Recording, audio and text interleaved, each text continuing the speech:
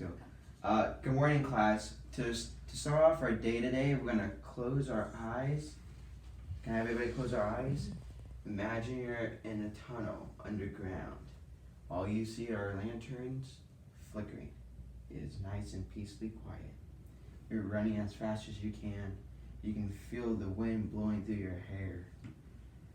That is the story. That's part of Harriet Tubman's story. She's on the run. She's trying to save all these other slaves to get from the south to the north.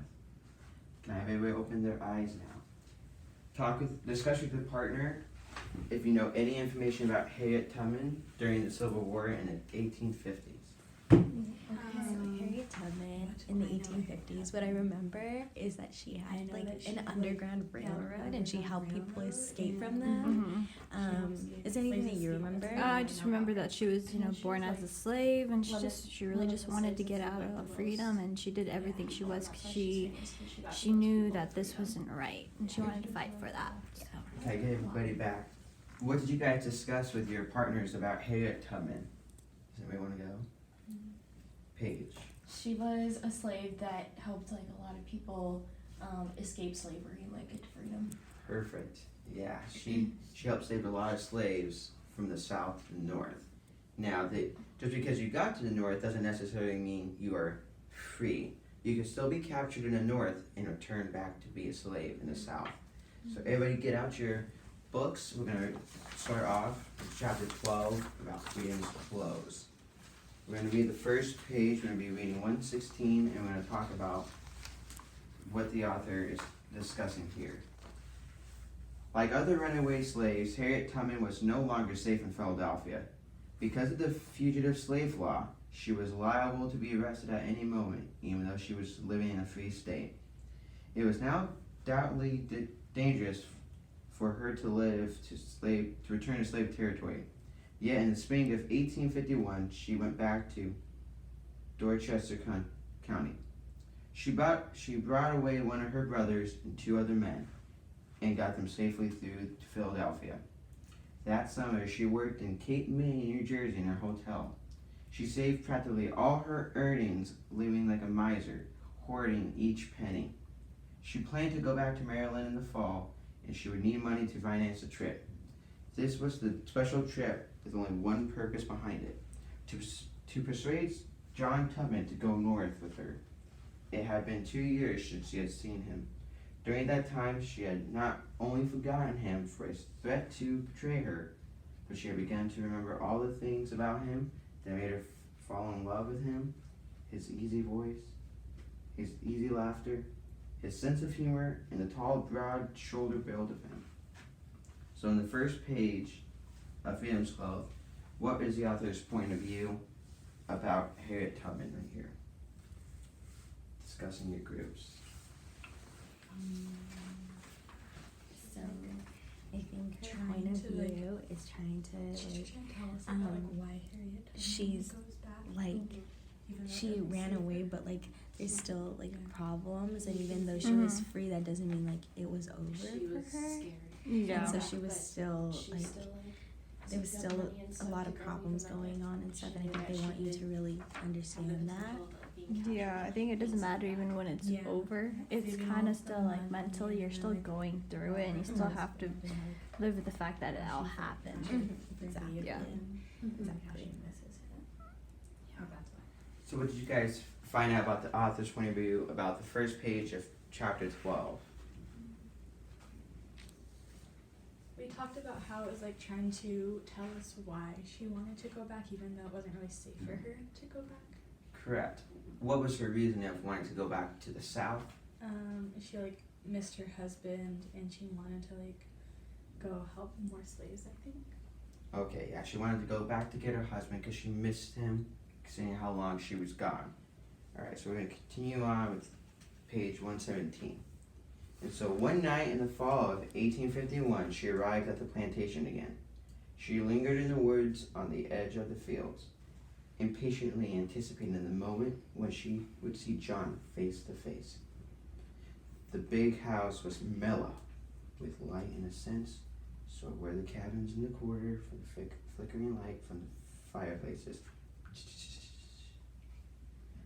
showing through the doorways, soft yellowish. She was wearing a man's suit, a man's felt hat on her head. She felt perfectly safe, confident. She knew that the master, Dr. Thompson, were not expected to return to the plantation from which she had once managed to escape. Besides, she had been back here before. Her knowledge of the route was so sure that she could go north rapidly now. Knowing all the stops along the way, we were safe to spend the night, which houses would provide a warm welcome. With this knowledge, she could easily refute all of John's arguments about the dangers involved for those who ran away. Later that night, she went toward the cabin where she had lived with John Tubman. She knocked softly. She heard the murmur of voices. Then John opened the door. So on that page, on page 117, what was the author trying to describe about Harriet's point of view about going back to the South? Discussing your group.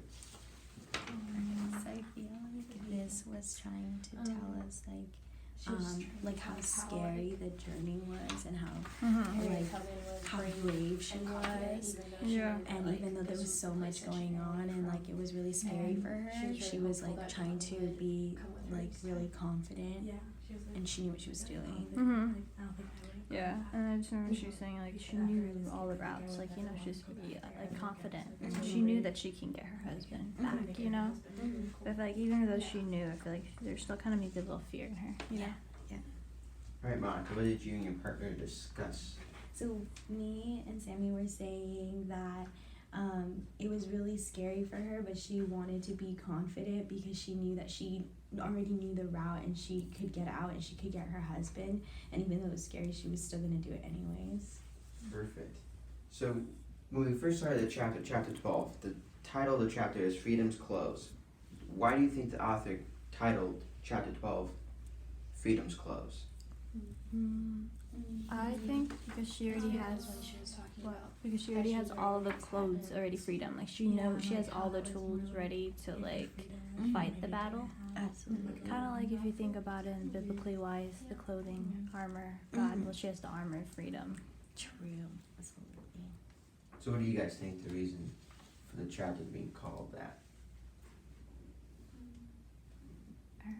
I think she already has like the clothes of freedom, like the tools to have freedom, and she already has all of it. So she's prepared for battle, kind of like a soldier has all his his suit ready in order to go into war. Perfect. So with the first 2 pages I've read about Freedom's Close, is there any question on any vocab terms or words in particular that we don't quite understand? Mike? What does miser mean? Miser means she's a hoarder of money, meaning she keeps the money for herself. She doesn't, give it to somebody in need. She doesn't donate it or anything like that. She keeps it all to herself so she can afford her trip to go back and save her husband. What does mellow mean? Mellow means nice, calm, relaxed, no screaming, no yelling. Nice, calm, quiet like a mouse. Any other questions on any vocab words on anything? Perfect. We are gonna play a quick game of Kahoot. Yay! So to review about first couple of pages.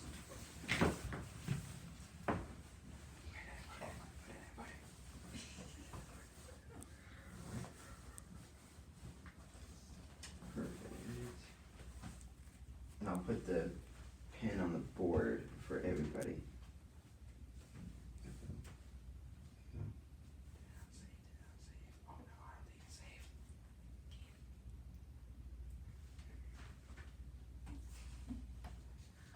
It looks like we'll have to play Kahoot another day, guys. Seems I cannot find it. It was created yesterday. Discuss with your partners about the vocab terms. What does the word miser mean again? So you're saying that miser means that like to save money really like Want to like keep it all for themselves. kind of compulsively, like you're not gonna give it away, and you want to make sure that you can save it up so you can Yeah. do something maybe. Yeah. Well, for her, like miser meant like saving all her money so she can go be with her husband, you know. So I kind of, you know, I don't think it's kind of. I don't think it's like greedy, but I think Yeah. it's like more like being wise Mhm. because you know how you want to spend your money. Mm-hmm. Exactly. Yeah. Yeah. Alright, everybody, so today we're going to start on our paragraph about the author's point of view of chapters 12 to chapter 15 Sorry. of our textbook. So what do you guys think the author's point of view is, what the author point of view means? Do we just write our answers? You can write your answers down, or you can say it out loud instead. Yeah, what was the author's point of view in your words? Does it have to be dictionary perfect?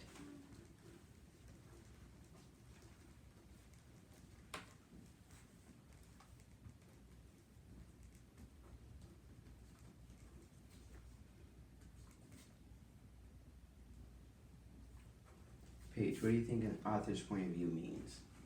I'm not done yet. Not done yet? Okay. No. Does anybody want to share their answer? Monica. So I think the author's point of view is kind of like the author telling the reader something about themselves and kind of sharing like their experiences, and they want the reader to be able to understand that through the text that they've written. Correct. That's exactly what author point of view is, from the author's point of view, their perspective, their eyes, what they gather from this and that. So that's what we're going to be. We're going to be authors of the chapter 12 to 15. We're going to start on what our point of view is from Harriet Tubman, from John when we continue on later this afternoon with reading chapter 12, and then we're going to move on from there.